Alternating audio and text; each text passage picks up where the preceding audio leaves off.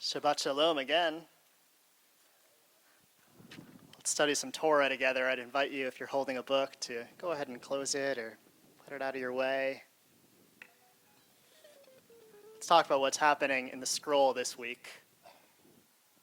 In this week's Torah portion, Shalach Lecha, we read about the 12 men who were tasked by Moses to scout the land that Israel would eventually settle, to see what kind of country it is. Moses wondered whether the people who dwell in it were strong or weak, few or many. Were the towns open or fortified? Was the soil rich or poor? Riley, does this sound familiar? Okay, good. At the end of their 40-day expedition, the emissaries returned with good news. They confirmed indeed the land of Canaan flowed with milk and honey, and the fruit they were able to carry back with them was unlike anything anyone had ever seen before. However, there was a but. Ephes ki az, they continued. However, 10 of the scouts reported the people of the land were too powerful, and the cities fortified and very large. Like a moat around the promised land, the Amalekites, the Hittites, the Jebusites, and the Amorites dwelled all around. Warrior nations that the scouts feared could easily decimate the advancing Israelites if they dared to journey onward into the land. The great commentator Rashi notes that the spooked scouts mentioned the Amalekites first in order to terrify the people. For the Amalekites had already launched a surprise attack against the Israelites once before. And terrify the people they did. Torah tells us the whole community broke out into loud cries, and the people wept that night. They raged against Moses and Aaron. Panicking, they begged to return to Egypt. At least they knew what they could expect there. This week's portion spoke to me differently this year. Thanks to ongoing research and the miracle of the COVID-19 vaccines, we are finally now able to imagine a post-pandemic world. Like the Israelites in this week's Torah portion, we stand at a precipice of a promised land we have longed for so long. Much like the scouts in recent weeks, as new science and data emerges, we have been sent out to scout a new land. As one local newspaper put it, dinner reservations are gleefully being made again, long-canceled vacations rebooked, people are coming together again in the ways that they used to. But not everyone is racing back. There is still uncertainty and doubt. Our focus for so long has been survival. And now a return to normalcy, as it's being called, requires a dramatic shift in the way that we have been interacting with the world. Mental health professionals are calling it re-entry fear. We have lived, and for many still here in this country and around the globe, continue to experience collective trauma like none of us have ever experienced. As vaccines slowly but surely begin to roll back the tide of the pandemic, we are entering a phase in which people undergoing this deeply traumatic experience will now have to rejoin society despite their suffering. And just as we need to figure out how to rejoin society, society needs to figure out how to recover from the collective trauma it has endured. Rather than working through these feelings of anxiety and fear, many's first reaction, just as the Israelites did, is not to act, or worse, to panic. Jewish tradition speaks of pachad, a paralyzing fear. It's the fear the Israelites felt when they were told about the giants who reside in the promised land. Those powerful people who lived in fortified cities and who would certainly crush the wandering Israelites upon their first steps onto the land. Pachad is the fear of knowing there is a hungry tiger lurking in the shadows, ready to pounce. It's the tiger, and it's the very idea of that tiger, both real and imagined. Rabbi Alan Liu teaches Pachad also refers to projected or imagined fear, the fear of the phantom, the fear whose object is imagined.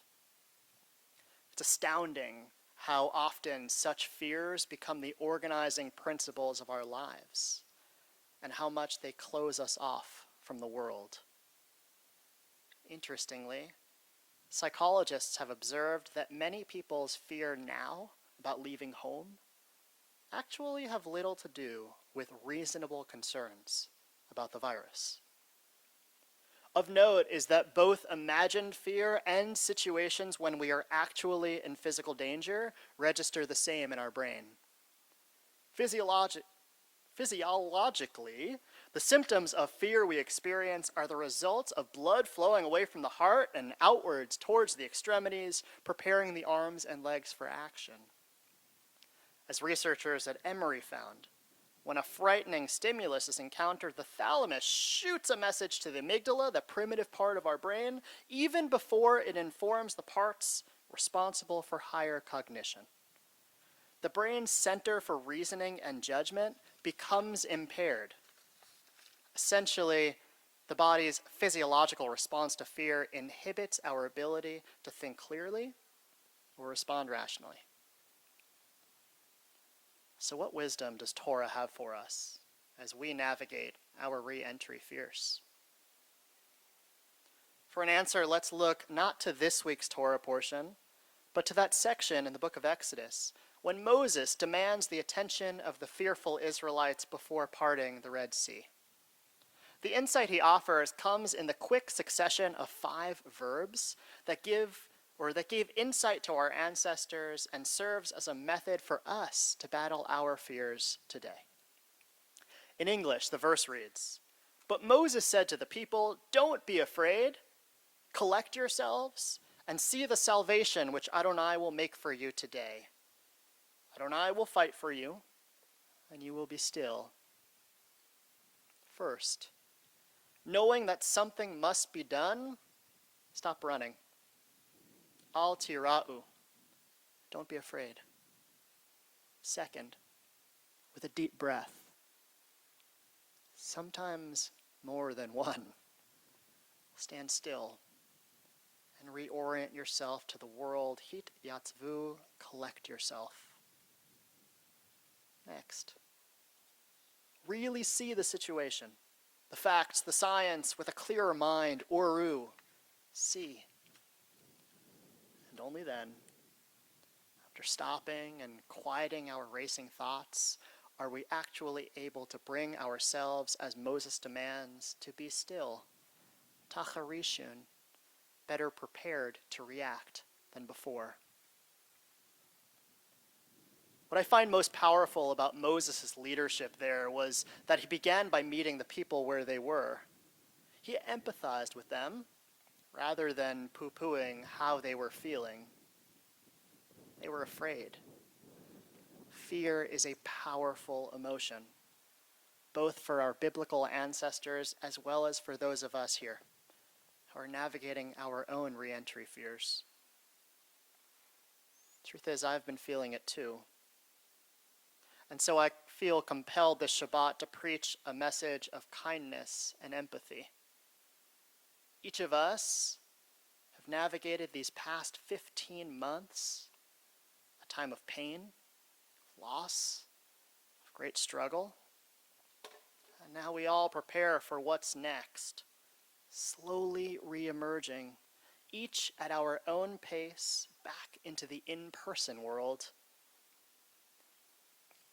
Remind us to be kind and patient with ourselves. We are all trying our best.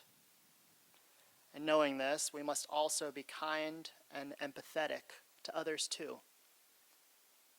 They're trying their best too. So rather than judgment, let's approach each other with curiosity, with love. asking how we might support one another in this process. Asking others how we can safely interact, respecting their boundaries so as not to cause them any more trauma or stress.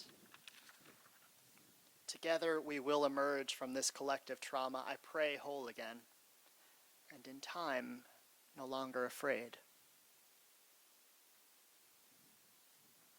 I want to conclude with a prayer that I recently heard.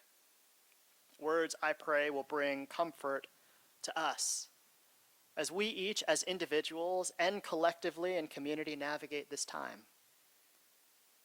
We pray, deliver us from simply desiring to go back to normal. Give us grace instead to be open to the opportunities that your Spirit brings in this time of separation. Grant that we may come out of this crisis with open eyes, more fully available to the needs of those most vulnerable and those whose labor we have always depended on. Give us creative hearts to embrace and carry forward the new ways we have found to connect with one another. And in your good time, bring us safely back together as a people renewed in the knowledge of your faithfulness and abiding love, and strengthened for the work ahead. Ken Yehi Ratzon, may our actions merit that coming true. Shabbat Shalom.